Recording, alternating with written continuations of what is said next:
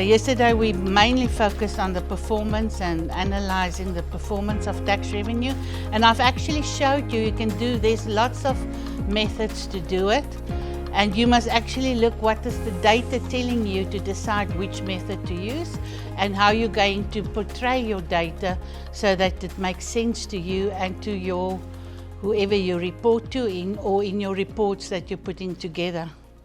So it's not turning the page there. Oh, perhaps it's not on the slideshow. Okay, so today I'm going to show you a technique or a framework where we're going to discuss the volatility analysis of the tax system, and we can also do the volatility analysis of each tax type. And we are going to cover the real C efficiency ratio. The one that we're going to do today will be on the VAT system. And we're going to look at the tax effort. So look at your current tax to GDP ratio, where it actually should be compared to your peers and with the same level of development and income and GDP. And where's your outer frontier if you really want to up your game? So you could actually then tell your commissioner or your minister, well, currently we're at a certain percentage of tax to GDP ratio, but this is actually where we ought to be, and then where you actually could be if you've got the right tax policy mixture and you've got the efficient tax administration. Okay, so on the volatility of the tax system, let me just see that there. You can see it says that here I'm just showing you, once again I've just highlighted the little box there that you understand what is standard deviation and what and when is it good and when is it not so good, if it's more volatile or not. And here you can see is we've used the data for PIT, CIT and VAT. Now be mindful that the framework that I'm going to show you today will focus on PIT, CIT and VAT, and that will see it as your total tax system. But it's not to say that you're limited to only 3 tax types. You can actually include your whole tax system to get to, to your total tax revenue. So in this case, I'm just telling you, and here you can see clearly that CIT is much more volatile, and VAT seems to actually be much more stable. And PIT at certain periods of time are actually also showing a little bit more volatility in terms of the average annual return. Now, if I'm talking average annual return, it's the same as average annual changes in your revenue. So I'm using some financial market jargon here because this methodology is coming from the financial markets. And it's just being now used on tax data and not on financial data. And then the outcome of this framework, I've just put a little table here. If you talk about a portfolio is just your taxes that you are looking at. So it could be 2 tax types or 3 tax types or 1 tax type or a total, all your tax types. If you've got 20 tax types, your model could be 20 tax types. And then it just shows you what is the weight of your portfolio. So the first row just gives you a weight, and you can see it needs to add up to 100%. And so in this case, you can see the weight of personal income tax is 28.93 and CIT 14.68 and VAT is 56.38. So VAT is quite important tax type in this example that we're using. The average return is just what is the average changes in revenue for the period that we're going to look at. So I've got 3 periods in the model. So in this case, it's 8.04%, CIT 12.99%, and VAT is 10.67. So you can see is that although the volatility of CIT is higher, the return or the average performance over the period that we're looking at is actually showing us it's got a higher return. And then the covariance matrix, I'm just showing you there at the bottom, but we'll cover it in the model, and then you could just see how you put together how a tax system is correlated to itself, the same tax type, and to other tax types. So it's just like a matrix that we're going to put together. On the VAT-C efficiency factors, I don't know why it didn't change. Okay, so then the second model or framework that we're going to look at is I'm going to cover the slides. It's only a few slides, and then we're going to go to the Excel sheets. So on the VAT-C efficiency factor ratios, how the model works or the framework works is that they say the changes in value-added tax on an annual basis is due to what's happening in consumption. And it's also because what is happening to the C efficiency ratio. So how much of the change that you've got in your VAT ratio is coming from consumption? That will be the blue, purple markings on the columns. And the C efficiency ratio is the yellow part. Now, can you see, if I look at this, there are periods like 2022 when most of the revenue that came through for VAT was actually because of the C efficiency ratio. So it was an improvement in the C efficiency ratio and not so much a change in the consumption ratio. Quinton, now that I'm thinking about it, Frankie says he's got some consumption data he's going to send you. Okay. Quinton is busy with, and he needed consumption data for South Africa. So I don't know whether any of you need consumption data, because Frankie didn't include it in the first set of data he sent us. He didn't send us the whole database. So if you do need any indicator or macroeconomic variable, just ask Frankie. He's in the French delegates room. Just to send you what you need. Okay.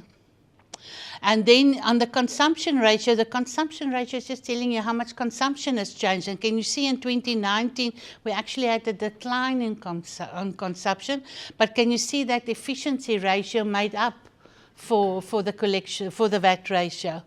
And then you'll see that if I look at this graph, I can tell you that it seems that the efficiency ratio is more a driver of what's happening in a VAT ratio than what is actually coming from what's happening in consumption in the economy. So efficiency is actually a very important factor, closing loopholes and making sure that you get all the effort that you are putting in from a tax administration side are actually a very important driver of your tax collection trends. And I think this is important if you are going to look at your tax types, how much is coming from the economy and how much is coming from your tax administration efforts. Just be mindful that these efforts also include policy changes. You have to do a full bottom-up to actually make a difference between policy changes and tax effort changes due to administration. Another more simple way of actually looking at the C efficiency ratio as a proxy of the tax gap. Now, I don't know, all of your revenue administrations are always wanted to know, but what is the tax gap? Because if you can close the tax gap, then you know you can up your revenue game and you can actually contribute more to the fiscus without changing tax policy. By increasing rates or taxing more activities in the economy. Now, a very crude way of doing it is actually you can calculate like a C efficiency ratio, because that's the basis of a C efficiency calculation.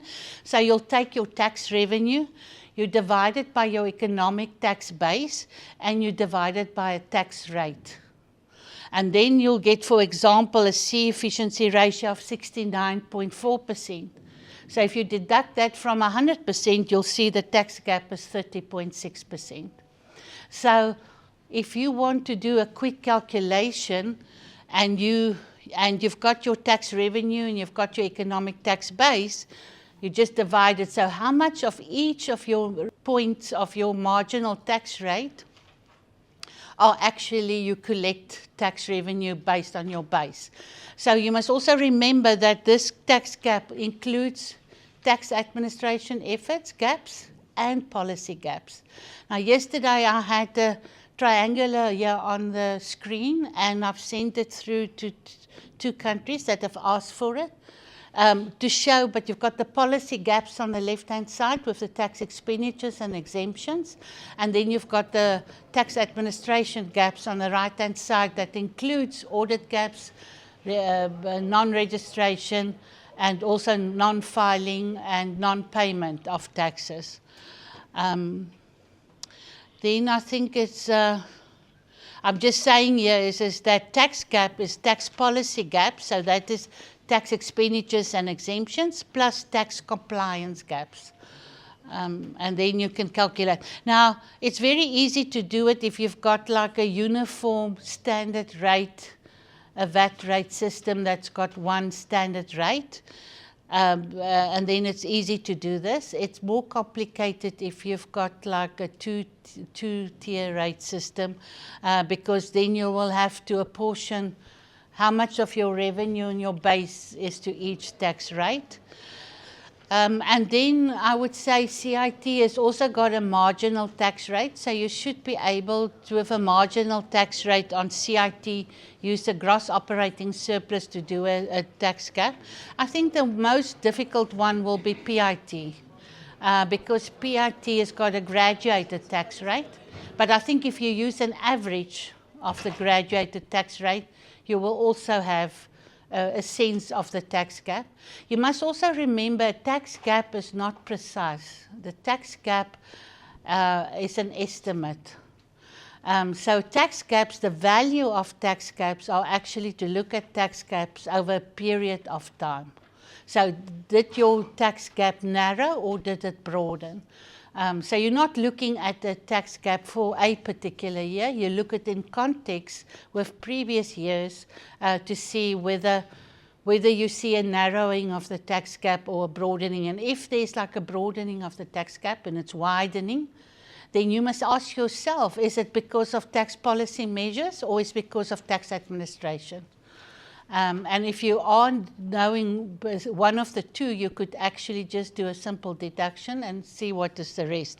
But it does add value to your reports and your analysis if you use this tax gap, proxy of the tax gap, especially if you've got data limitations.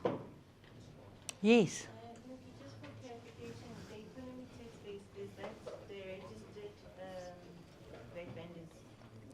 Yeah, so she's asking is whether the economic tax base, you know exactly how do I define it. So the economic tax base for tax revenue would be GDP, because tax revenue is a GDP based on GDP activities. But you'll find for VAT, it will be based on final household consumption plus government consumption. For personal income tax, if you've got a very high pay-as-you-earn ratio to your total PIT collections, it will be remuneration. And if it's corporate profits, you'll use gross operating surplus. So it all depends, because the more you can define your economic tax base in relation to your tax type, the more accurate your calculation will be. If you can also do this calculation, say, for corporate income tax on GDP. But then you must remember, you're not defining the base, the economic tax base, as closely as you can, because we know there's a difference between the economic tax base and the taxable income that we apply the marginal rates to. So the closer you can get with your economic tax base to the taxable income, if you mimic, because you mimic it, because there's a lot of policy adjustments and computations that are done between income and expenditure that are generated from economic activities and the tax base and how we tax it. Tax rules are not based on pure economic tax bases. It's based on a taxable income concept. So the closer you can get with your economic tax base to your taxable income, the higher the likelihood that your calculations will be more refined. I won't say accurate, I would just say more refined, because we know there's also problems in measuring economic activities. It's done with survey data, and then it's adjusted to fit into the national accounts data. And the national accounts data is a bookkeeping system. It's got debits and credits. So if you put a debit here, you have to put a credit somewhere else. And in the end, you have to make sure that the national accounts balance. You agree with me? So somebody that has worked with national accounts and estimating, the GDP is not an actual number, it's an estimate. We estimate what the economy is doing. We estimate how much. I think even if you go and look at the trade declared by the revenue authorities and you compare it to the national accounts trade, there will be differences because there are adjustments we made. I've got somebody in the room that's got more knowledge than me on this subject. So just remember, and then you must remember GDP estimates are also adjusted on a continuous basis. So you'll find you might see a preliminary estimate of the GDP, and then 9 months down the line, it's adjusted. And then it's rebased. And then they rebase it backwards again. They try to keep the percentage changes the same. But the values, the nominal values do change. So, so I think you must be mindful and you must be knowing that the figures that you are using are estimates. The revenue figures that you are using are not accrual. They tax cash flow numbers. So there's a lot of error terms and noise in that cash flow number. So the whole calculation that you're doing are on cash flow tax revenues, not on real actual tax liability.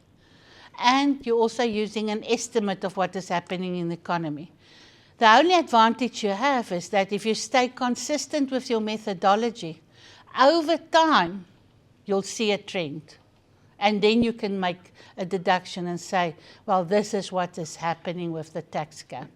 But it's never precise. I always say it's actually good that economists likes doing this kind of work because accountants will faint.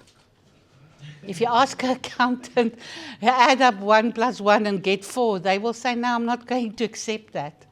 But luckily, if you're economists, you tend to be a little bit more softer on calculations. You know, you could do scenarios, you could do a proxy, and you accept that we're not in a perfect world. So luckily, I don't think we've got accountants here, do we? Okay, this is a tax effort. Yes. Sorry, I just had a question regarding the tax rate. On the previous slide. On the previous slide, okay. The thing is, in our tax system, in the same tax, we have different rates. For example, agriculture is... Yeah, for the same tax type. Yes, same tax type. Yes. Okay, which one, for example? In our corporate income tax, we Yeah. have agriculture with 10%, and then financial sector with 35%. So how can we deal with this? In this calculation. Yeah. It's a very good question.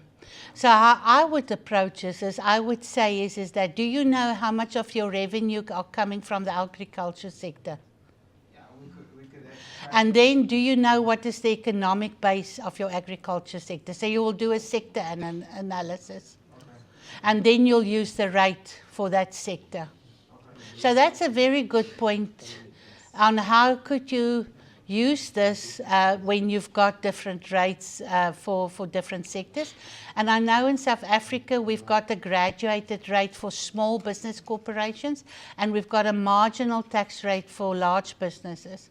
But if I go and look and I see how revenue is coming in for corporates, is that majority of the revenue that's coming in is coming from the large, medium and large business sector.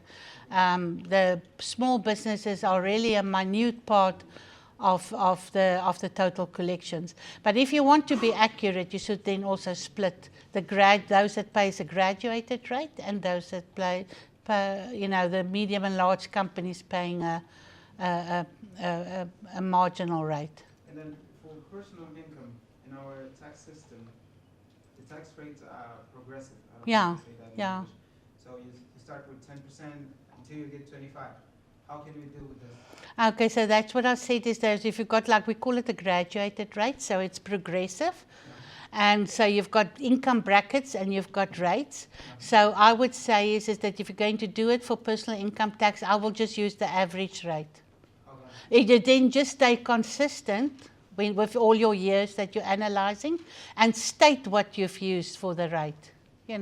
I've seen that the average rate stays more or less constant over time. It doesn't tend to fluctuate too much. I think in South Africa it's about between 20 and 22% for personal income tax. Okay. Yes, for good questions. You want to ask a question? Oh no, I answered it myself. I listened to what you were saying about the different tax rates. So I'm thinking for South Africa, it means like for the different regions, we will have a different C efficiency ratio.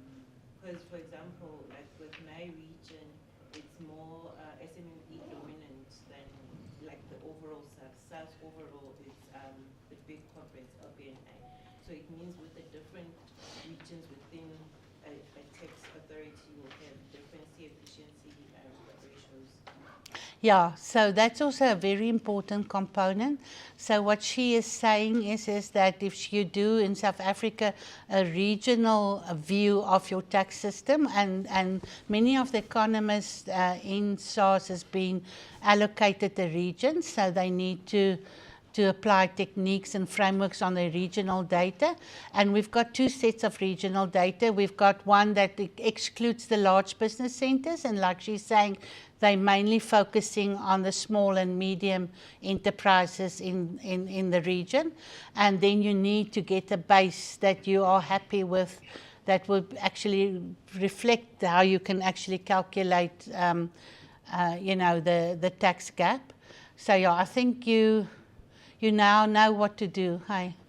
So you need to get like an average rate for your SMEs as a percentage of the GOS for your region, and then take the revenue from SMEs, divide it by the GOS for your region, and then divide by your average tax rate. And perhaps you can test it also if you do have some actual data of the distribution of your taxpayers. See how many of them are below the threshold. I think it's 20 million. And how many are above that, because it will also give you a ratio how many of the small businesses are actually on a marginal rate and how many are on the graduated rate. The thing is you will always be hungry for more information and more data. But the more precise you can be, and I think start with what you have, and then as you progress, just add more variables and more detailed analysis. So in the end, you will actually end up where you would want to be, in the sense that now I've got everything in place, and this is how I can analyze, and this is how I can contribute my part to report on revenue collections and efficiency in collections. It's a gradual process. I'm not saying that when you leave here, you will take the techniques and the frameworks and the models and be able to implement it fully to where you are happy with the outcomes of what you see. You need to go and refine it with your circumstances and your data. But that's why if you tell me that you're working in tax revenue administration, in the research and planning and reporting sections, and you tell me you are bored, then I tell you, then you're not accessing the potential that is there where you can make that difference. And nobody else in your organization are going to do it. because the rest of the staff in your organizations are focusing on the tax effort. I've got so many cases to phone, I've got so many cases to audit, I've got so many cases to phone. They're not looking at this bigger picture. So you are really in a privileged situation to actually look down like an eagle and looking at all the workings that's happening and putting it together in a sense that us humans can understand and take action on it and policy directions. And if you do it very well, you will make a big difference in your organization and into your ministries and for your country. So see it as an opportunity that not everyone has got this opportunity, and make the best of it. I tell you what, looking back over my career, time goes by very quickly. And now you've got access to all this wealth of information. If you don't have all the information, data that you have, work on it. Explore it and see how you can get it and how you can put it together. Okay, are there any more questions? It helps if you ask questions because then I don't miss anything. Yes? Nikki, I'd just like to ask, the C-efficiency ratio, isn't it sort of a critical statistic now when you come to whether tax jurisdictions should increase or decrease their rates that they apply? If you take, for instance, what happened recently in South Africa with the VAT rate. So if you had this analysis, I'm sure it was there perhaps, I would think that it's applicable to all of the tax types, that this will give you some form of indication of whether any rate change will have material impacts. Because if there's a lack of inefficiencies, then obviously the rate change won't have the desired impact then. Yeah, so what you can, sorry. Okay, so let me repeat, sorry. Sean asked me yesterday, I must just make sure that everybody on the video can also hear your question. So if I understand you correctly, Quentin, you're saying is that if you want to make policy changes, especially rate changes, like we had recently in South Africa, and there was like a VAT revolt to the change in the VAT rate. He's asking whether the C efficiency will also be quite important in the analysis if you want to think about whether you want to increase the VAT rate or not. Is that the question? Yeah, so I think there are other ways to also look at the VAT rate increase specifically in terms of how it will impact on low income and high income, the distributional effect. But the C efficiency ratio will definitely tell you, well, if I look at this, the one that we looked on here, if I look at this, is that you actually can see is that you remember, if you look at the consumption that we had a talk on yesterday, sometimes if the VAT rate goes up, we know that there's a higher cost to individuals to actually fund the expenditure. It's another adding to the cost, and so what happens is that consumers might spend less, or they might move to different goods so that they could actually make their budget balance. So if you look at this, I would say, if you look at the consumption-based, it's not very stable.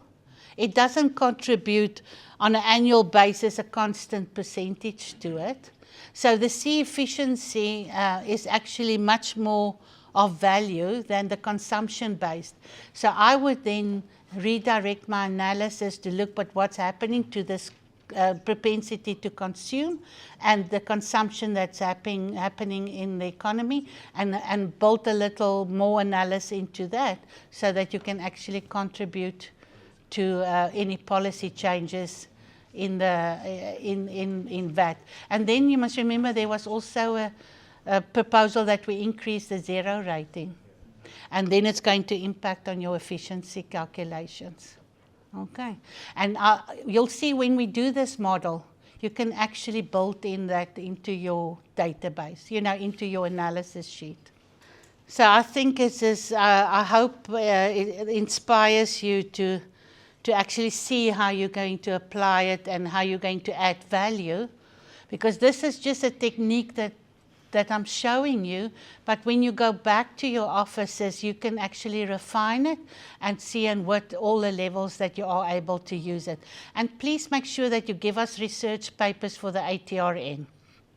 We need this policy, data evidence policy and analysis that's coming through. And it's actually for everybody's good in the continent. And now we've also got status for our journal. So internationally you will get fame if you're going to publish in the ATRN. Has any one of you done some research for the ATRN? Okay, yeah, we've got someone. Yes, did you publish? Yeah. Okay, very good. So you now accredited worldwide on the international platform, your paper. Have you also done? Yeah, okay, no, thank you. And also, you mustn't be shy. I think it's such a wonderful accolade for somebody because it takes your initiative and it takes your effort. Nobody's forcing you to do it. So, yeah, please continue and let's see. And especially if you've got the data and the tools and you could actually do the very good empirical research, that's what we need. Okay, the tax effort, I'm going to share with you a document by the IMF. You will see if you go onto Google and you say tax effort, there's many articles and there are really a wealth of information on the tax effort and various techniques and methodologies to do it. I'm going to show you the one that was shared to me by Sebastian. I must give him credit. He's a professor at Duke University. I think you might have heard about him. He's really a wonderful person, and he's really striving to share as much as he can with everyone. I've read the tax effort studies, and I thought this is a lot of work to get to a tax effort to say how much should your tax to GDP ratio be. And you'll see I'm going to share his worksheet with you today, so acknowledging him in our efforts.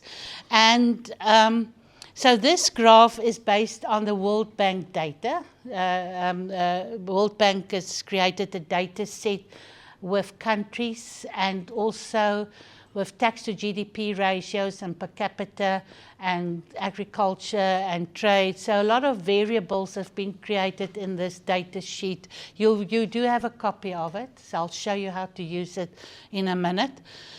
And then you could actually, on this graph, on the vertical axis is the tax to GDP ratio. On the horizontal is the log of GDP. So do any one of you not know what log of GDP or log of revenue means? I will show you the calculations. It's very easy.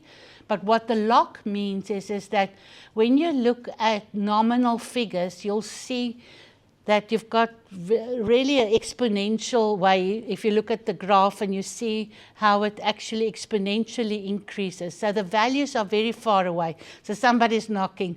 I think if you do econometrics, you'll know about logs. So logs is just bringing these values closer to each other. So this is the log of GDP, and you can transfer it back to nominal values again with the exponential function, or you can just put in the log code and then it will bring in the log. So you can see for a particular GDP, a log GDP, in this case we can choose 7. You'll see all the countries. My graph is very small here, so let me just step here.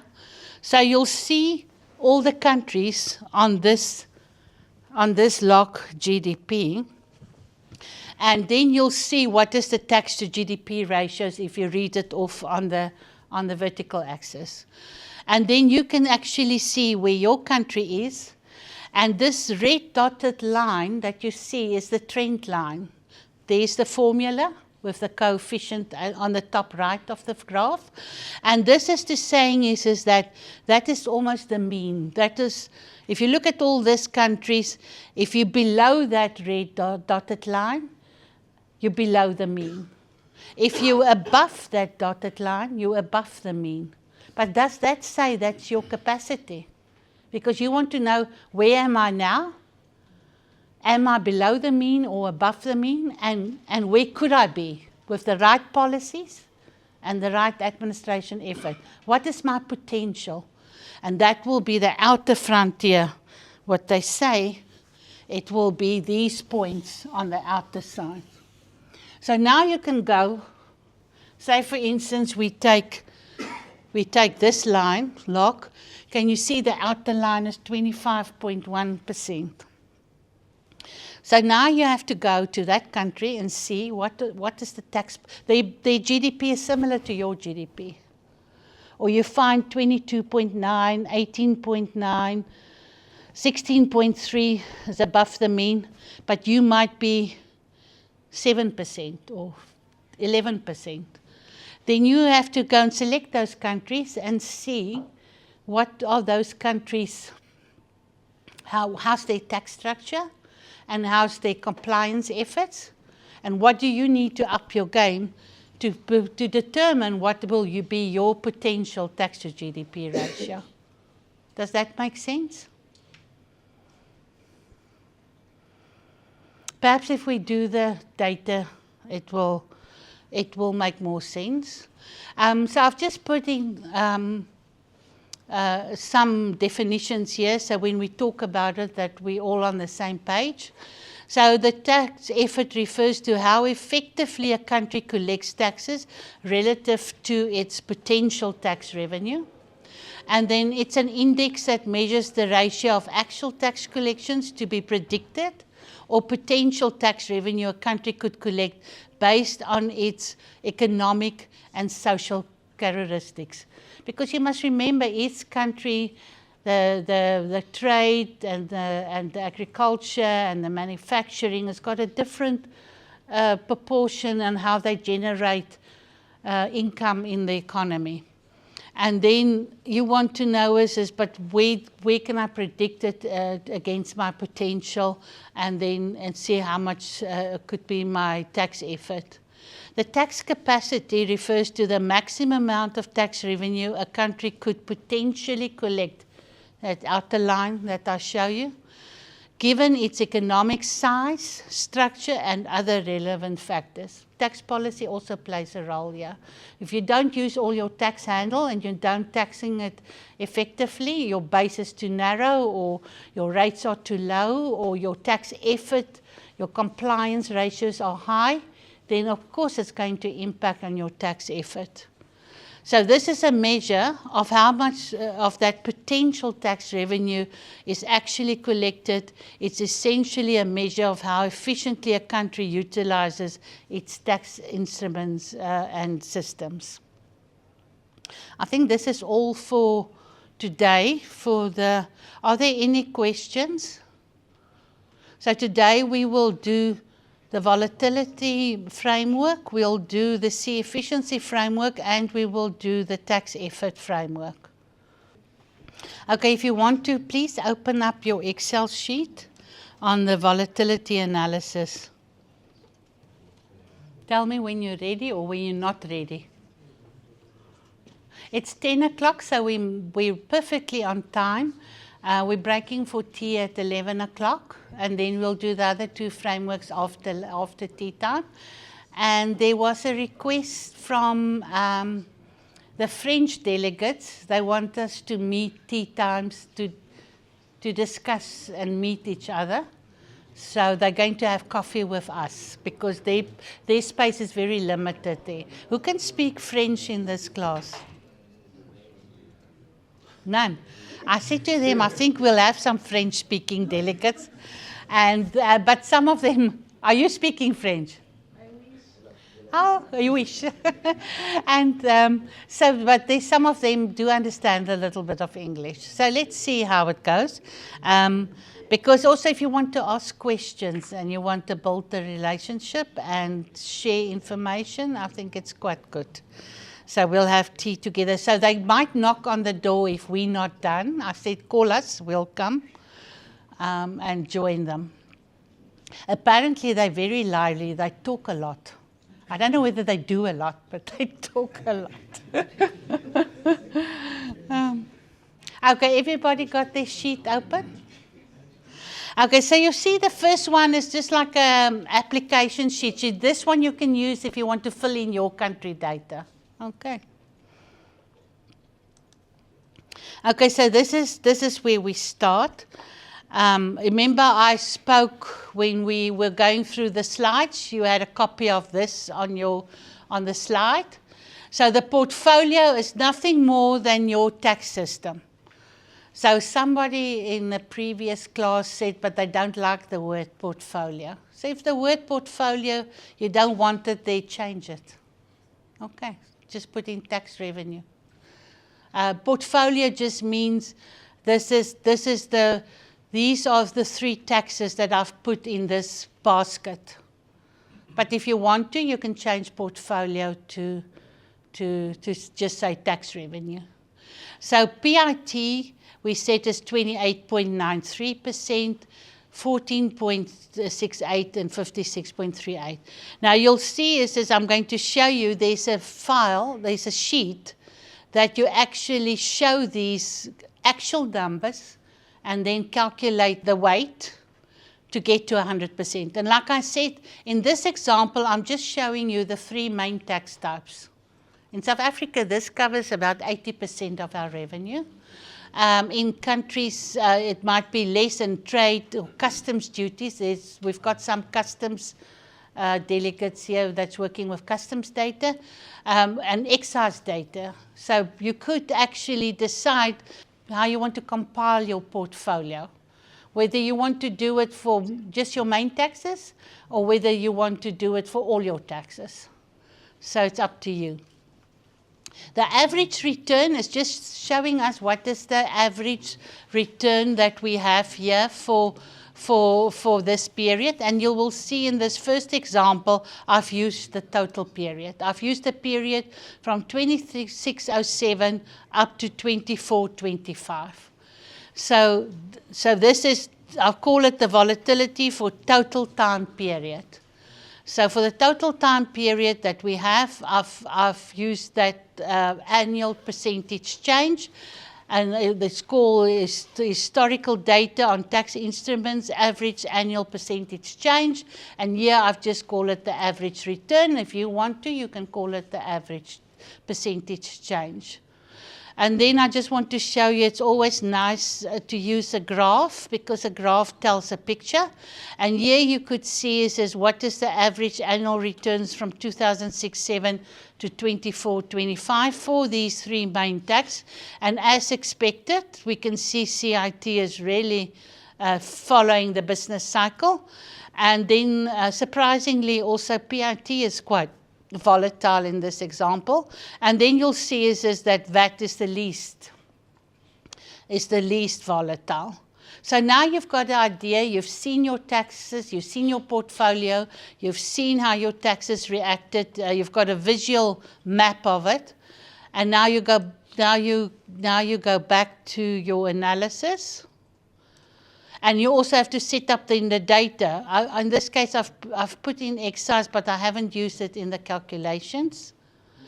And you're also going to put in what's happened in your economic tax base. In this case, we've got the GDP in real terms and nominal terms, and we've also got the deflator, because you can calculate what is the mean, that is the average return. So there is the formula. And you could also then do it for your other tax types, your economic tax base in real terms. And you can also do it for your nominal GDP, because sometimes your inflation or your deflator can be much more volatile than what your real GDP is. And I think you can see in this case it is the case. If you look at real GDP, the mean is much less than the mean of nominal GDP and of deflator. And you can see that nominal GDP is mainly driven by the inflation part, the deflator part. Am I reading wrong there? Let me just check my wording. Yeah, 3.7, 3.9. So can you see how big impact inflation is on your nominal GDP? Real growth is relatively, in most countries, relatively small. I know that some African countries are really experiencing good real growth. So it might be different for some countries. Then you can also as in our analysis sheet, you can also work out the standard deviation for this period. So now you've got a standard deviation for PIT of 15.7, for CIT 27.4, and for VAT 7.2. But you also know what the economic tax base deviation was, standard deviation. And you remember I told you what is if it's more than 1, so I've also put, I think, the formula explanation there, or more than 100%, if you put it in percentage terms, then it's much more volatile, and if it's less, then it's not so volatile, then it's more acceptable. And then don't worry about these, it's just we use it in other sheets. I think then let me just explain to you the matrix. So this is what they call the variance or covariance matrix. So you will now put your PIT, CIT, and VAT, you'll put it in a matrix. And this is actually just to show what is the variance between a tax to itself and the variance to another tax. So if it's a variance to PIT, can you see B7, the formula is the variance of PIT to PIT. So this is then the formula. So you're going to measure the variance of PIT. But now if I want to compare PIT and CIT, I'm going to have a covariance. Can you see that the formula has changed to covariance? And now you're going to look at this variance or this percentage changes on an annual basis for PIT and CIT.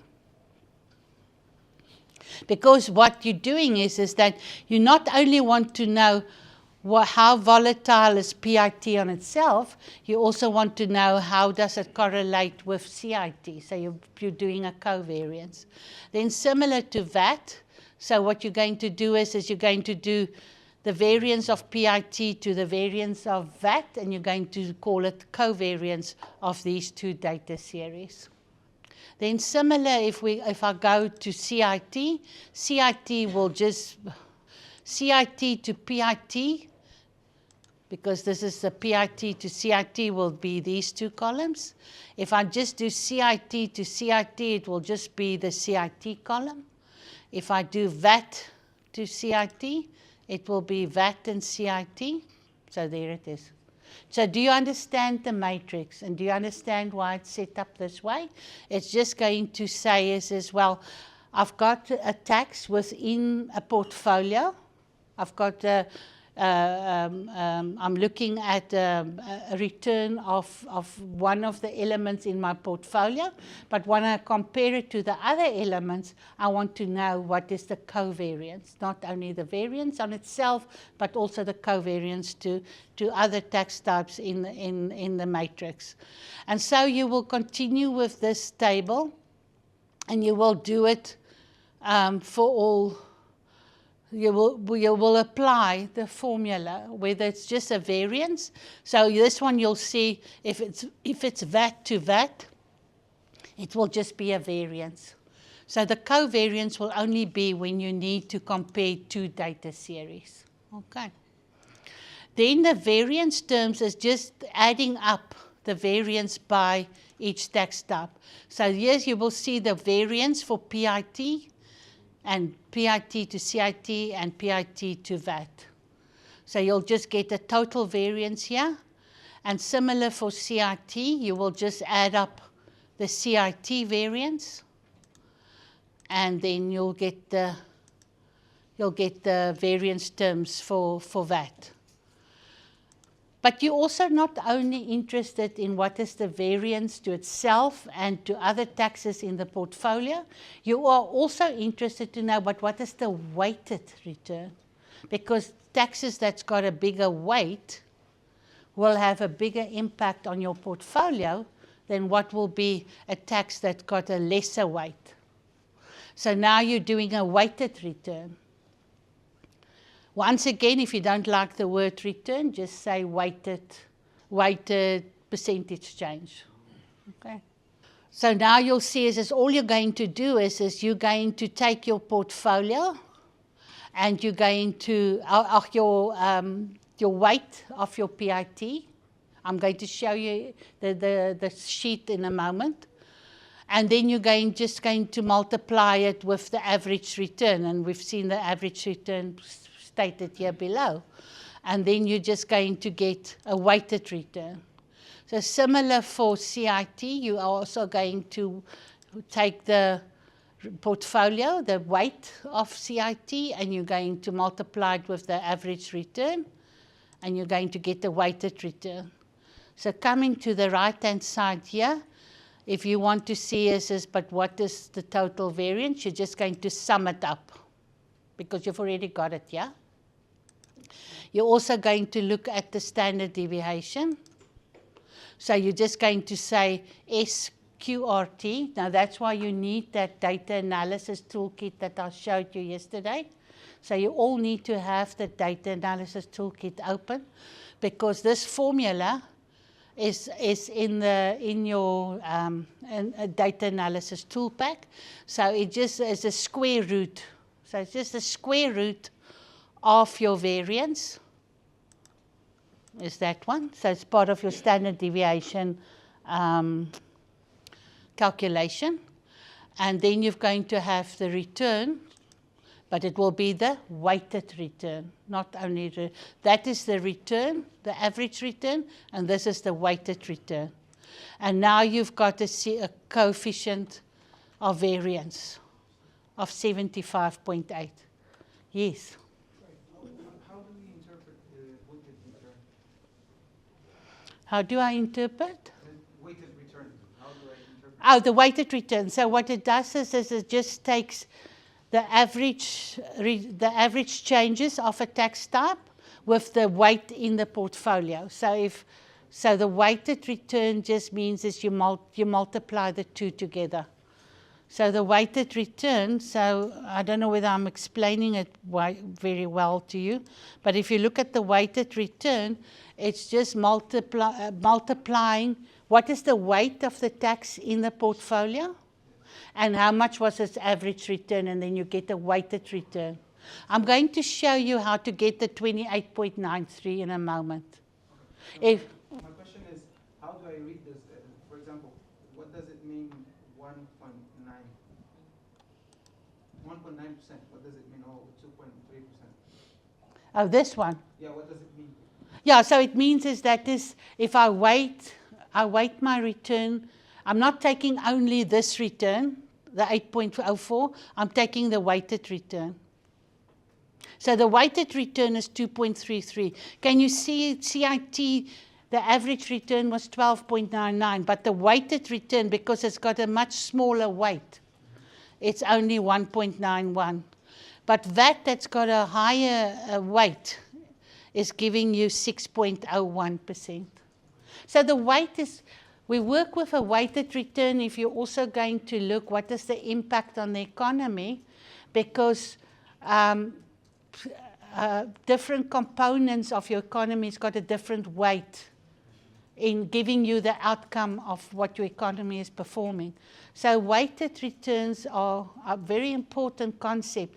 It's not, so you're going to report to your superiors and say, well, if I look at the average return here, I would say is this corporate income tax has got a very high return. But then your manager might say, but you know what, we're getting far less from CIT than what we're getting from VAT. So if I look at the weighted return, I take into account the importance of that tax in the tax system, and I multiply it with its contribution. So weighted return is a very important concept when you talk about performance in your total tax system. So you might tell me, well, listen, if I look at this, I would say we should more focus on corporate income tax because it's got the highest return. But then I will tell you, but listen, corporate tax are not our most important tax. Value-added tax is our most important tax. So the weighted return, just put it in perspective. Does that make sense? Okay, see if we do the sheet where we've got these weights, because we're going to use it also when we are going to make changes in scenarios. Okay, a very good question. Please ask questions, because then it also direct me where to focus what I want to share with you. It's more important for me that you don't remember. You must just understand.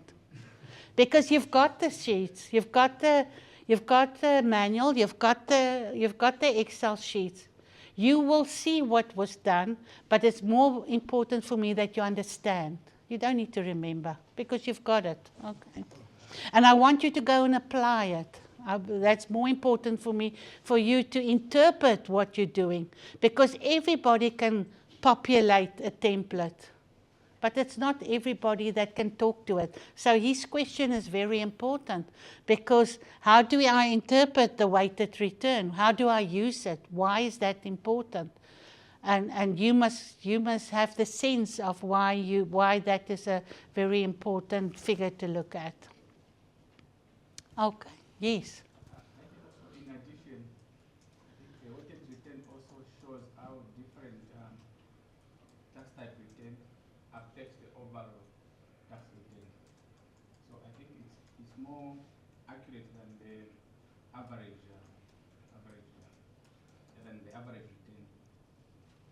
There he summed it up very nicely for us. He's saying is that it's more important to look at the weighted return, because it gives a better picture of the return of the tax system than just the average return. Yeah, so, and then you will get, so this is the little formula that you're going to apply, the steps. Let me say the steps. So you're going to get the variance, you're going to get the standard deviation by the square root, and then you're going to get the return, and then you're going to get the coefficient of variance, and that is just your return divided by your standard deviation. So now you've got, in this case, if I look for the period from 2006-07 to 24-25, my CV, because that's quite an important concept to look at, is 75.95. So it's still less than 100%, but it's like in the upper brackets to 100%. You actually want that as low as possible. You want actually that to be far less than, you try to get the minimum, to do this. And so what I did is I started to add, what if you're going to look at different periods? You're not going to look at this full period, because we know there were lots of volatility. We know in this period we had the financial crisis, and we also had the pandemic. So what will happen if I look at this period? I can look at 3 periods here. I can look at this pre-financial crisis, and if I've got longer data here, I can actually go back. I think in South Africa, we've got a structural break, very big one in 94-95, when we became a democratic government ruling South Africa. So I think going back to 94-95, you could say, well, if I look in the 90s, if I look before the financial crisis when we had the commodity boom, and then if I look after the financial crisis, and then I can look again after COVID. So which of these periods are the most volatile? And if I'm going to shock this portfolio with tax policy changes, what will happen to my CV? Okay, so this is what we're going to do now. So now I can look at the volatility after the financial crisis. So now I can look at my graph, what happened to my graph after the financial crisis from 2010-11 to 2019-20, up till before COVID. And I can see as my CIT was really riding the waves. You know, it's really very volatile. It seems that PIT was very volatile in the beginning of the period, but then it seems to follow a pattern of improving and declining since then. And then I would say VAT stays more or less the same over the period. And that's expected because VAT has got a broad base and it's based on consumption, and we are a consumption-driven economy. And unless there goes something terribly wrong on a policy side, big policy changes or a lot of non-compliance or a big improvement in compliance, it should be the most stable tax type. So now what I do is I've got the same portfolio. You'll see it goes to data H4, so because this is in this is 2011-12. I must just check. It could be that I haven't changed it. I think this is 24-25. Did we just see? Yeah. Okay, please correct that. So that is 24-25. So, and then the average, but now the average return will be for a different period. You remember we said after the financial crisis and before COVID. So I take it after the financial crisis and before COVID. So now I'm looking at the return for this period. Is that clear to everybody? So similar, I'm going to do it for CIT because I also just want to see over this period that we're looking at, and similar for VAT. Then I'm going to do the covariance matrix, and you will see the covariance matrix is also just for this period. So I've got the variance for PIT here, and then I've got the variance for PIT, CIT there. But they will all just be for this period unless I've made a mistake. So if I've made a mistake, I apologize, but it should just be for this period. And then the variance terms, once again, you just go, oh, I didn't show you this calculation, but because it's in a matrix, you have to use the sum product. So this is the formula. I haven't shown that to you. Sorry about that. So the variance terms would be this. There will be B2 times the sum product of B2 to D2 and B7 to 07. So it's because you are working with a matrix, you have to use this formula. So somebody that's very mathematical can try and explain to us why you have to use the sum product, but you can also read it up in your Excel help file. It will show you if you do a matrix and you do the variance terms, you have to use the sum product. So it's just a calculation, but it isn't a straightforward calculation. It's a sum product calculation. Okay. So then you use CIT and you use the sum product of CIT across and also then on the portfolio.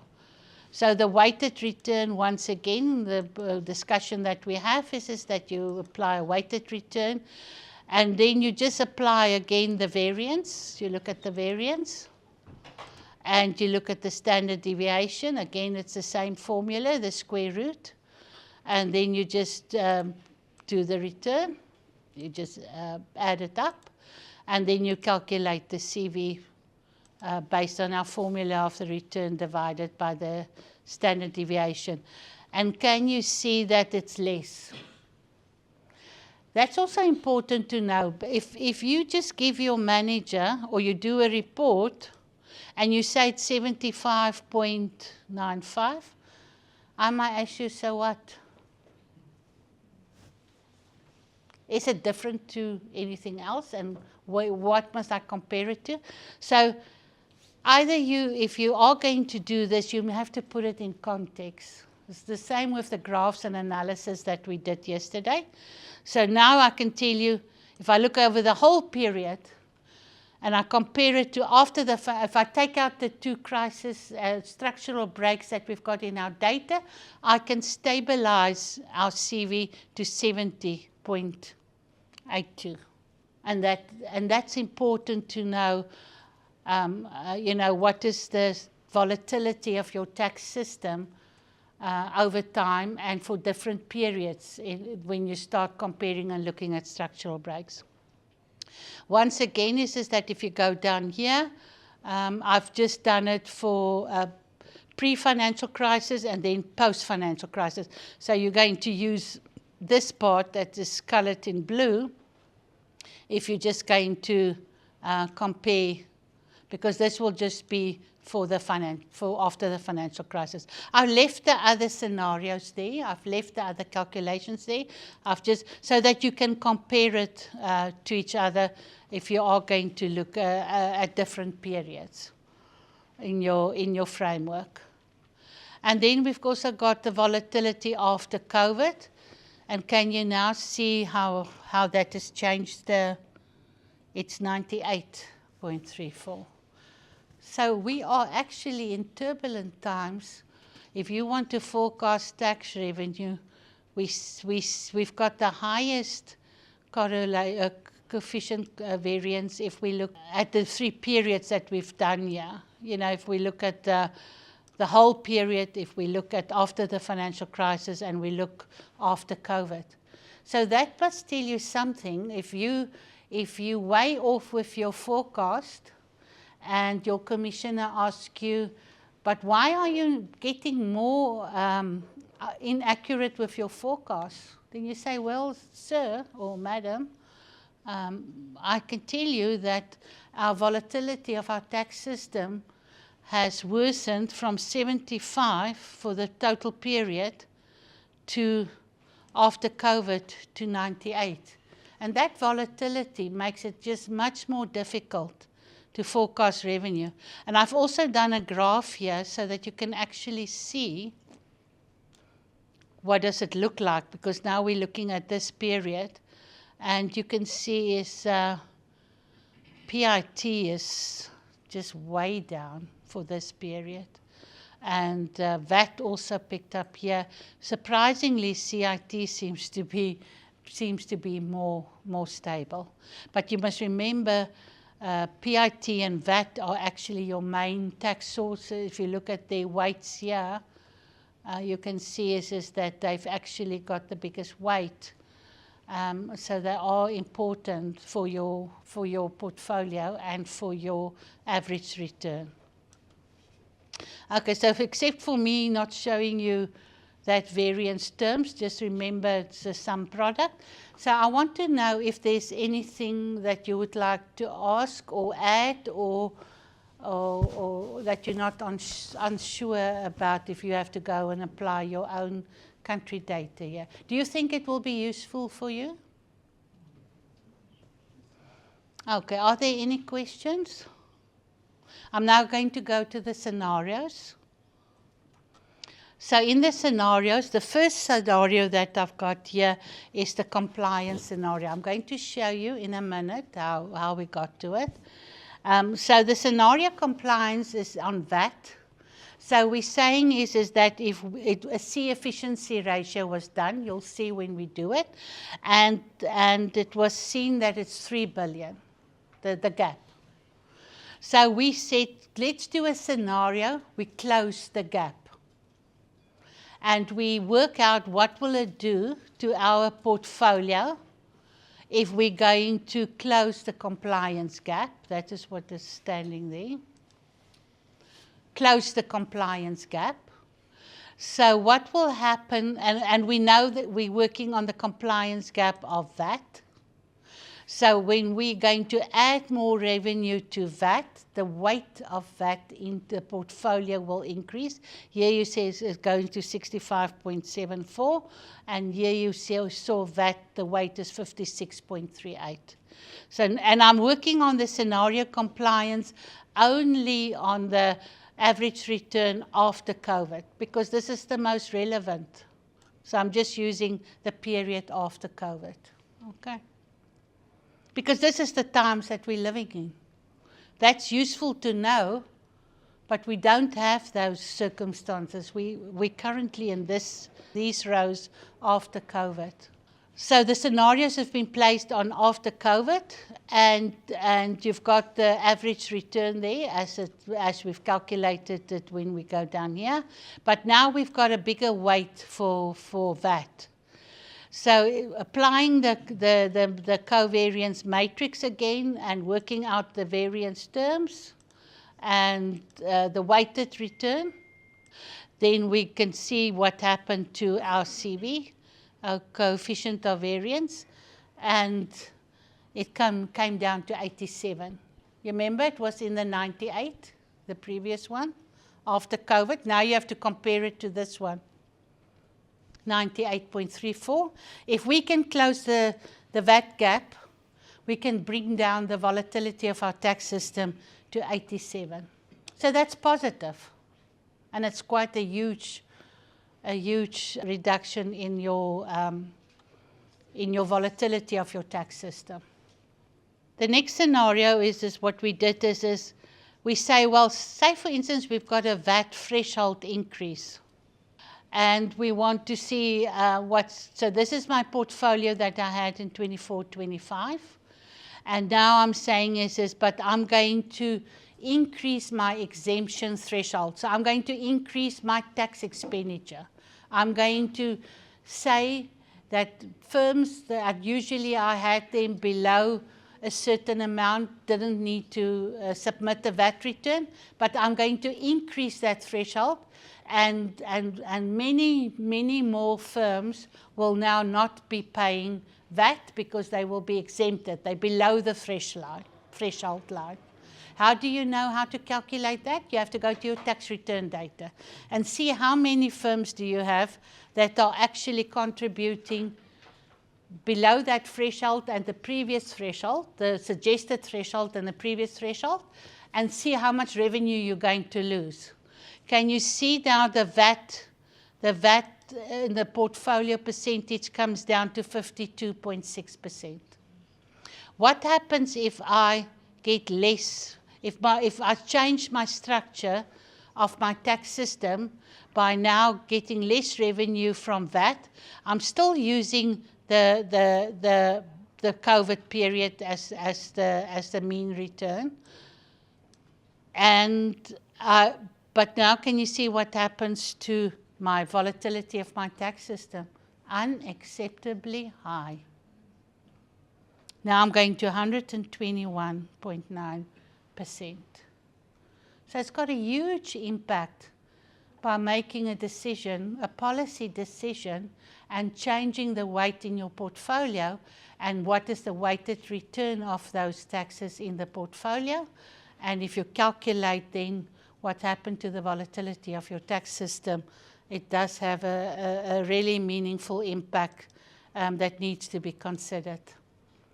Okay, so this is the data. This is how so you've got the outcome for 23-24 and for 24-25. Can you see here that I've used these weights, the latest actual weights that I had in the tax system? So and so these are the figures that you saw in the data that we had for the different periods. So you need something like this, because if you're going to add all your taxes, it will be much more complicated than just the 3 main taxes. Are you following? Are you okay? So this is the weights. This is the weights for 2023, 22-23. These are the weights for 24-25.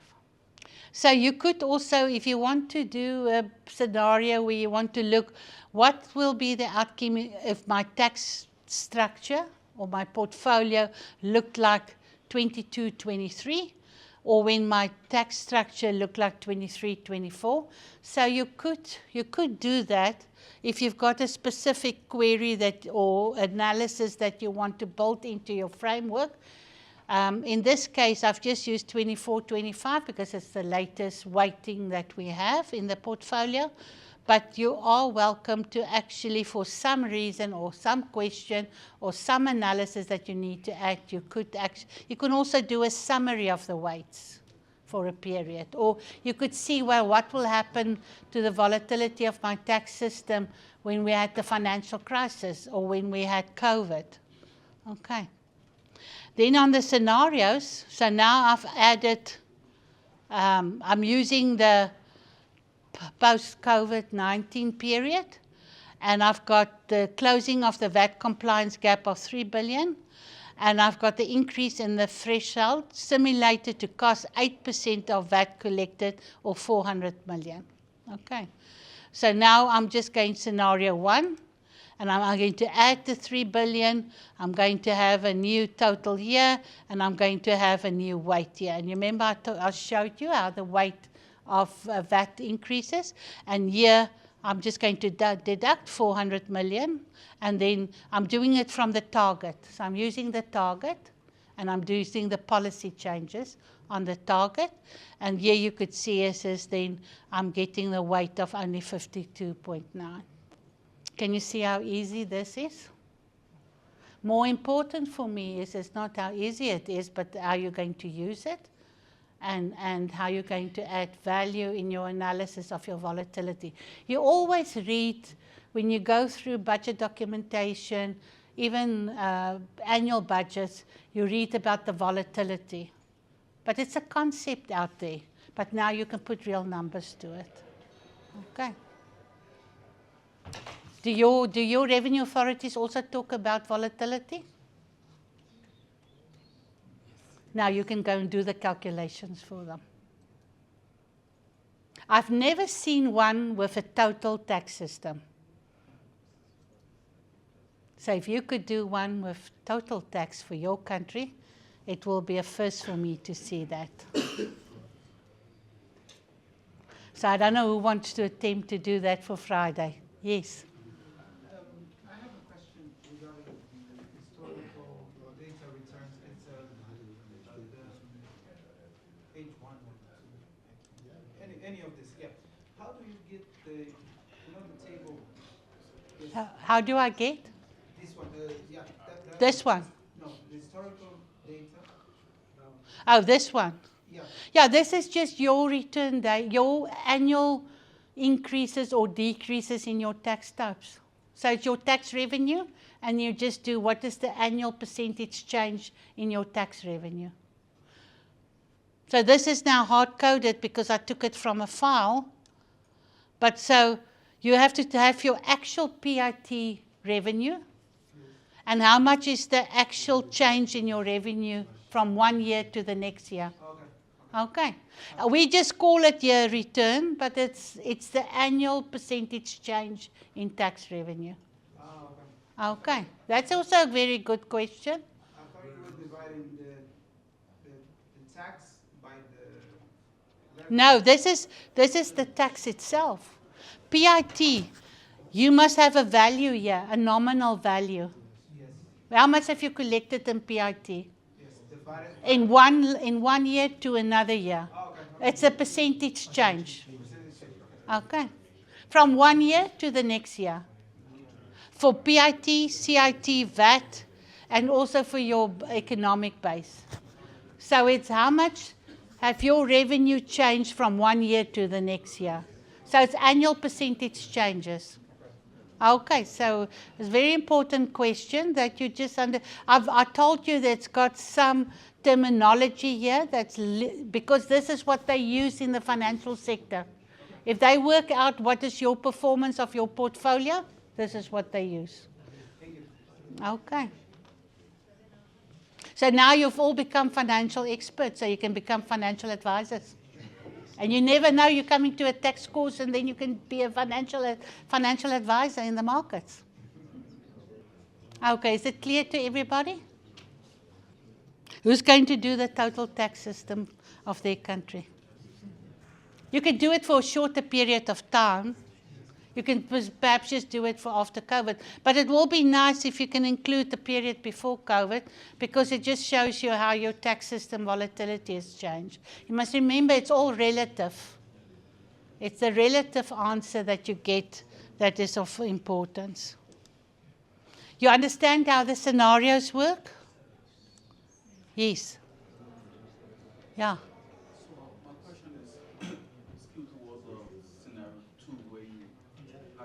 increase the registration threshold.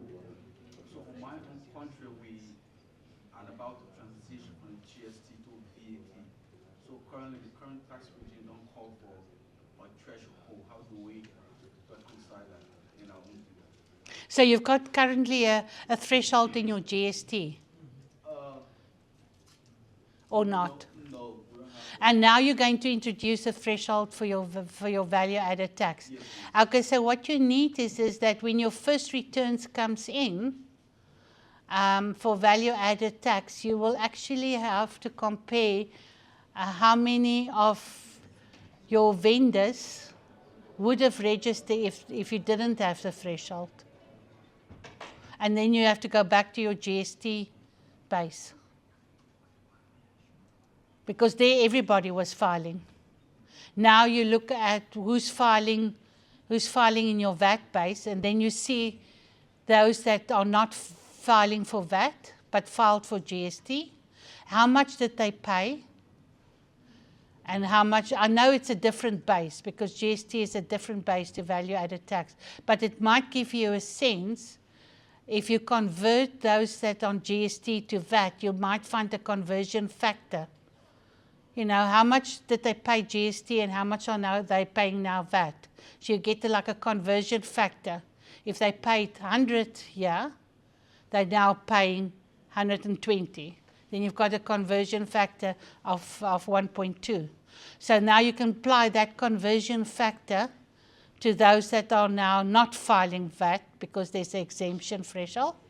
If the factor is 1.2, you apply it to that, and then you can see, well, if I've included them in the VAT and I didn't have the exemption, my VAT would have been X million or billion higher, and then you can do the same scenario.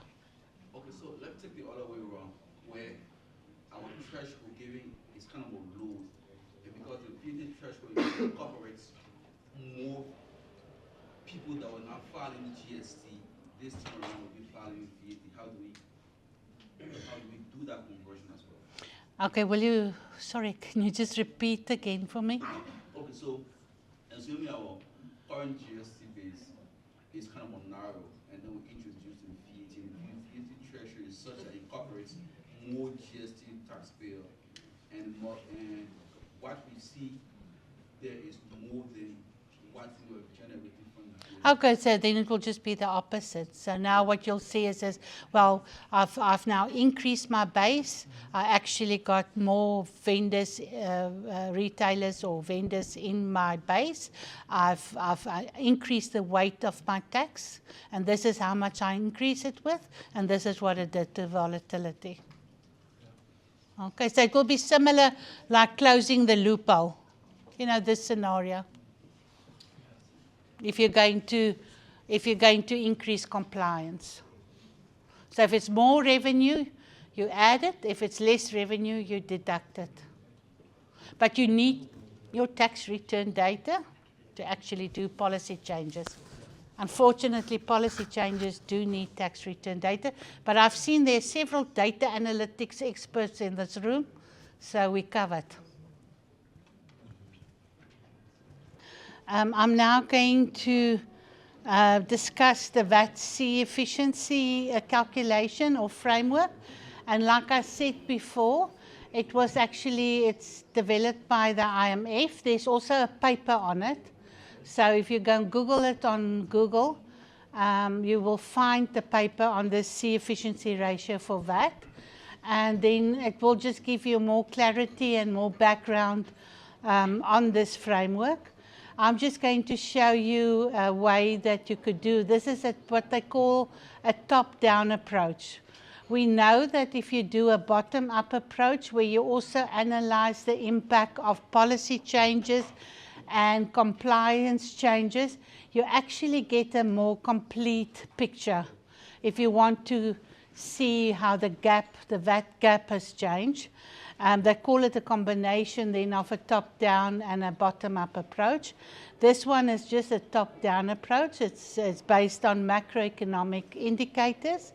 And so you need to compile a database for your VAT-C efficiency. And I've written a little comment there at the left, and it's just like a summary of the outcome of this analysis.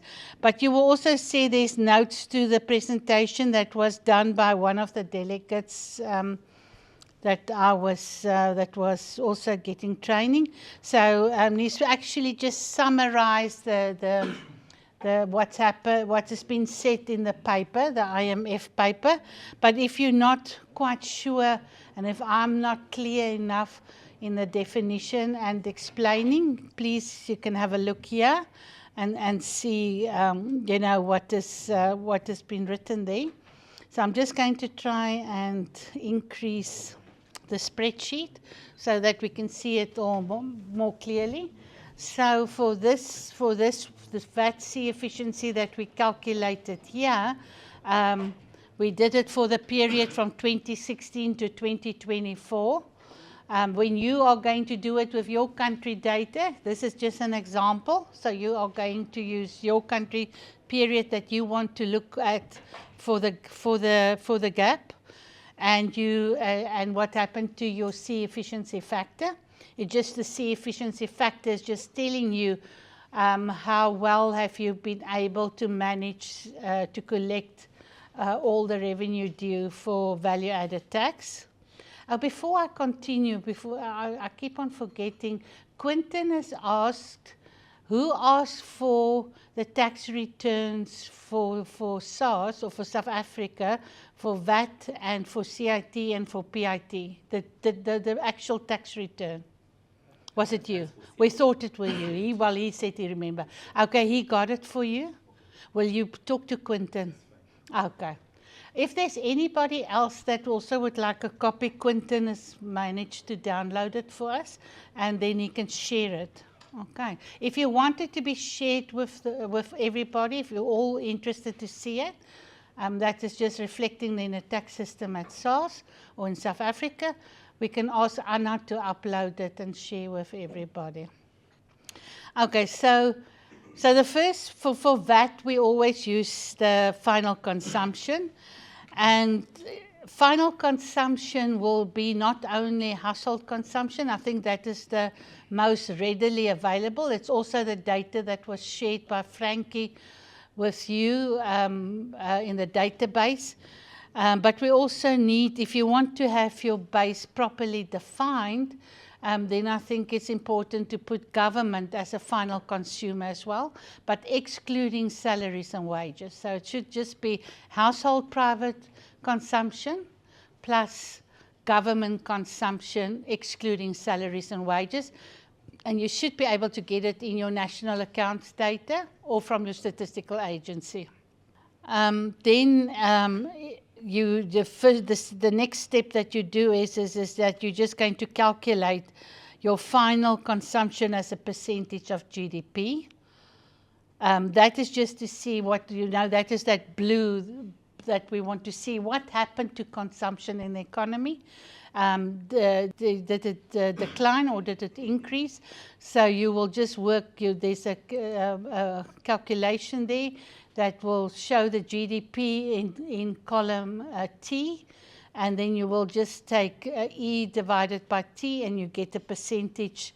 And in this case, can you see how strange it looks, because final consumption as a percentage of GDP is more than 100%. Do you know why that could be the case? Do you think it's possible? Is there anyone? Because listen, I tell you what, you're all economists, so you should know the national accounts data, like the Bible. How is it put together? What is GDP? GDP at market prices. If you look at from the expenditure side, you deduct imports, right?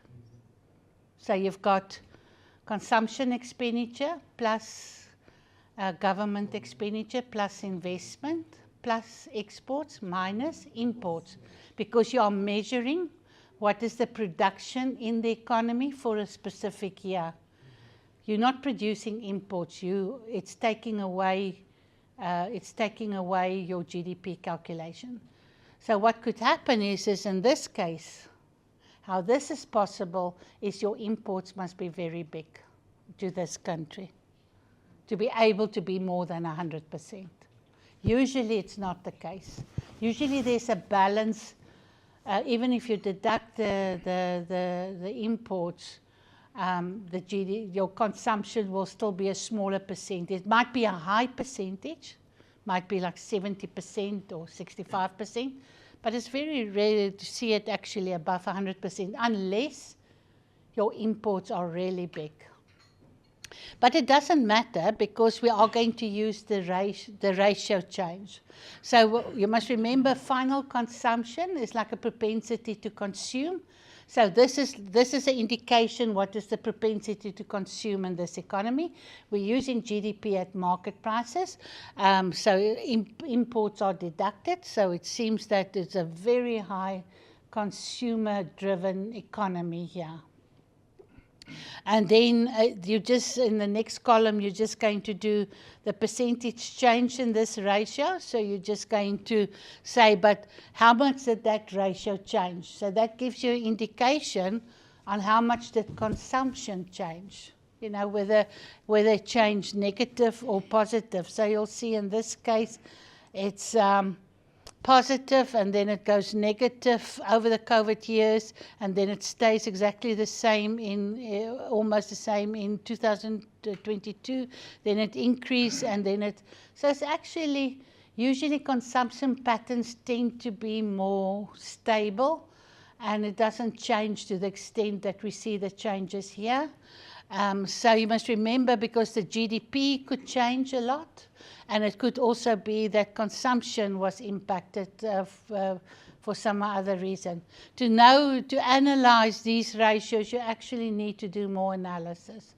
But now we've taken the consumption data, we've got the GDP data here, and we look at what is the change, because this will explain what has happened to the total VAT take from a consumption-driven, from the economic activity. And then we've got a VAT rate, and you'll see it's 14%, and then it goes to 15% in 2020, and it's 15% up to here. Now, this C efficiency ratio actually doesn't work if you've got multiple rates. Who's got multiple VAT rates? How many rates do you have? 3. 3? Yeah. So you've got like a 0 rate? Yeah. Almost all the products, and then you have 5% for food and agricultural goods, and then you have a 1% for a specific region. Yeah. So more like luxury spending. No. For a region of the country. Okay. 1%. 1%. 1%. Yeah. Oh, for the region. Yeah. Oh, so it's a second tier tax, or what? No, VAT. It's 14%, and then it's 5%? It's 14 for goods and services, but then for food, mainly, it's 5%, and then you have a 1% tax for a specific part of the country. Oh. The province called Cabinda. Oh, okay, yeah, so it's, that I haven't heard before. Okay, so one reason could be that one way to do it is you will need to know how to weight those expenditure and rates so that you can have like a average combined rate, a weighted combined rate. So how effective that will be? When you have multiple rates, how effective that weighted average will be in terms of this? This is like a one standard VAT rate. So there will be a 0 rate, but that's because how exports are usually 0 rated, and there might be 0 rated items in so it's got 2 rates. It's got a 0 rate and it's got a standard rate, but it doesn't have a 3rd or a 4th rate. So the reason I'm asking this question, because in calculating the collection efficiency on the VAT, you have the tax gap. The tax gap is skewed towards the policy gap or the compliance gap. So for this multiple rates, how do we standardize it so such that is it that we're using an average rate or weighted average, and how accurate this analysis will be? That's mine. No, it makes it more difficult. It complicates it, you're right. If you've got multiple rates, you will need more analysis and more information. Unless he can say, well, the standard rate is actually covering 80% of consumption. Sure. Is that the case? The 14% that you have? Yeah, like Yeah, for you. Oh, yeah. Mostly. So if you use the 14% rate, you can see the other rates as policy.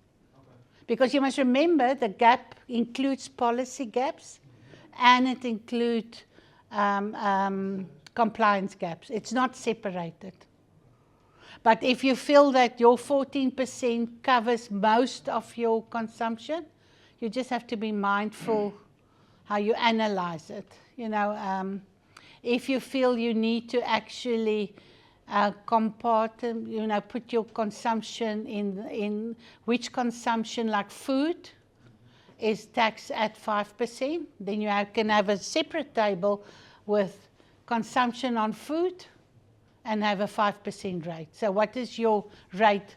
What is your C efficiency rate then on food? If you've got your food consumption separately. You asking? Yeah, I'm asking you. I don't know. Okay. So another complication would be to identify the tax gap, because the tax gap, how do you apportion according to the multiple rates? How do you apportion the one that is skewed towards the compliance and the policy? Because that gap is in two folds. Yeah, it is more difficult. So this system has actually been, this framework was for a standard rate. Okay. You'll have to do a bottom up as well. You can't just do a top down. But I said to him, if the most of their consumption are taxed at 14%, he can still use this. If he wants to do the consumption, but like you say, how's he going to get the C efficiency factor?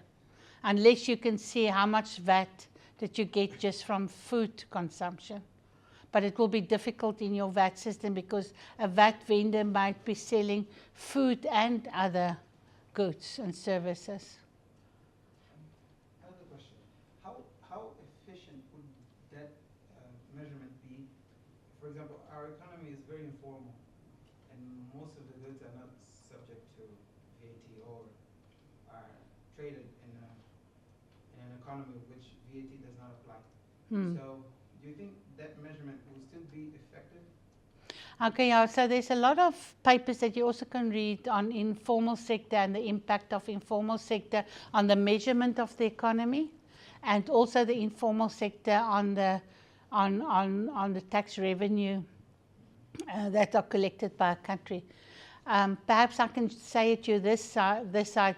The informal sector buys from the formal sector, but it doesn't add, on its value added, it doesn't pay VAT, but it pays VAT to the formal sector. So what you'll find is that if they buy their goods and services from the formal sector, they pay VAT, they don't claim input VAT, and they don't charge output VAT. But you must remember the net VAT that you lose is only the value added that they have on their profits and the value added that they have on their labor remuneration, because that's what VAT is. VAT is charged on the value added for each VAT vendor. And in the end, that is shifted to final consumption. So each VAT vendor has an output and it claims input. The difference between the total output of that VAT vendor and the total input is the value added. That value added is taxed at a certain percentage. So if it's taxed at 14%, then the next vendor will claim that as an input tax. It have an input value, an output value, and it's got a value added, and the tax will be on that value added. And if you add all up all that value added, you actually get the base for your value added tax. And if you apply the tax rate to that value added, you've actually got your VAT take. So another way, on this one, we've done it on final consumption. But you must remember, value added tax are tax on the value added by each vendor. So on the informal sector, the part that you're not getting is the value that they added. Okay, so it's not the total tax base. Okay. Okay, so then you're just going to see how much did consumption change to your GDP base. If you need to do more analysis because of you having a more complicated structure in your economy or stuff, there's nothing preventing you from adding more analysis information to calculate the C efficiency factor.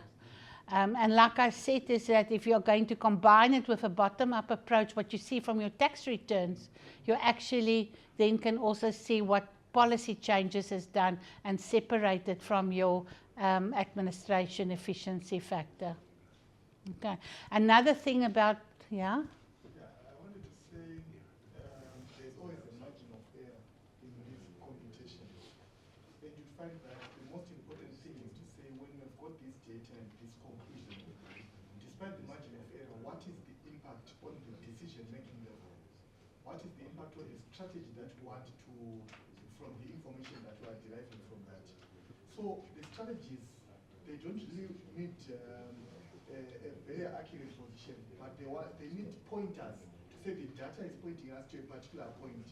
So I wanted to say, if we look at the weighted average method, even on their situation where there are many rates that they're using, as you have said, you find that the majority, the standard rate can take up to 80 to 90% of that particular revenue. So if you weight it, still the results are almost quite efficient for decision-making level. So at the end of the day, even if you do the bottom-up thing, you find that even data integrity issues, they will also come in. Perhaps they can hit as far as 20% margin of error or even more. But what we then need to know with the data is that, is it then giving us information to say, when we are crafting strategies to improve our taxation, is it helping us? So at the end of the day, it will point us somewhere. So I think both directions they work. Thank you so much for that explanation. That was excellent. I hope you've all have heard what he said. It's actually precisely what I wanted to say. You just put it much more elegantly. So, so what I want to say is it's also not like he says the point, it's the trend. That any gap that you calculate, it's not actual, it's an estimate. It's never actual. You can't say it's so much in unit of currency. It's an estimate and it changes over time. But if you keep your framework consistent, like he said, you can compare the trend over time. So it's not so much to say, oh, I see it's exactly 037.56, that's my gap. No, it's an estimate. But so you have to look at over time. So it's not a matter of fact of only looking at a number. But just keep your assumptions and always say what you've done. But keep your analysis constant. So that's what the gentleman has helped us with, that answer. Thank you so much. It's exactly what I wanted to repeat again. I think also what you must remember with the VAT-C efficiency, it's a top-down approach. If you haven't done this analysis, you will be short of having knowledge of what is the potential or the estimated gap. Okay, so don't try to be accountant, please be economist. Okay, so I just want to show you actually how easy this is to do. If you've got your macro data and you've got your VAT data, and then you've got your VAT rate, and then you've got your VAT collections, so that is part of your database. And then you work out what is your VAT as a percentage of your consumption base. So this is the typically tax to GDP ratio, or this will now be VAT as a percentage of your final consumption.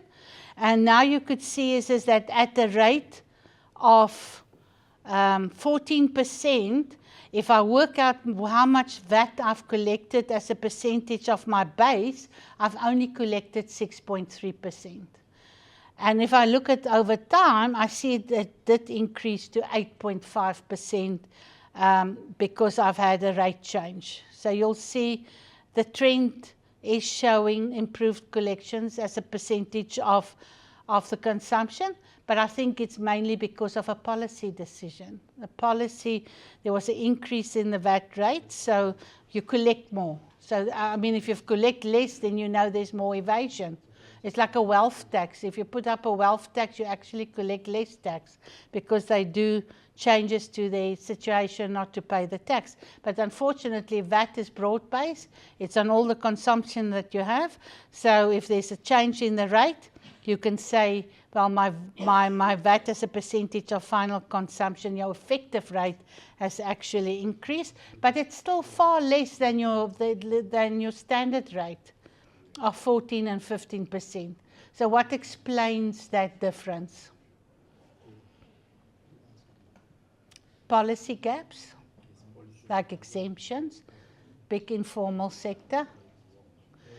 You know, if it's in the consumption, if the informal sector, usually they make an adjustment in the GDP and consumption figures for the informal sector. It could also be exemptions, and it could be zero rating. So you will never find that it's actually equal to the standard rate. You might want to ask yourself, is that realistic to see those effective tax rates? Or do I have under or overcount somewhere else? So you have to make sure that your consumption is well specified, that you don't have government spending in there plus salaries and wages, because salaries and wages doesn't have a VAT on it. It's part of the value added. So in this case, I would say and I mean, this is important to know what is your effective tax rate if you take your consumption as the base, and the VAT that's raised on the consumption, final consumption in your economy.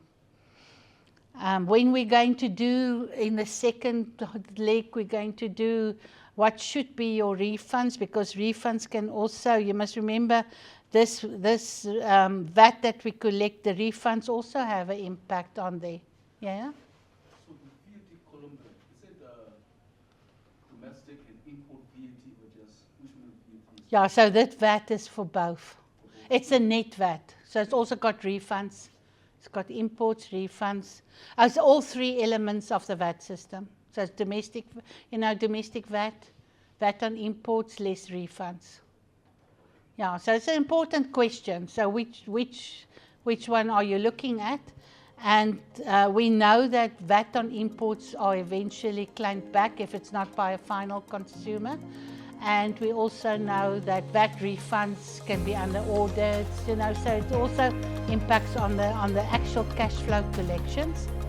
What you can also use is that if the cash collections giving you problems, and you have your VAT liability returns. You've got access to your tax returns. You can use the VAT liability. Okay.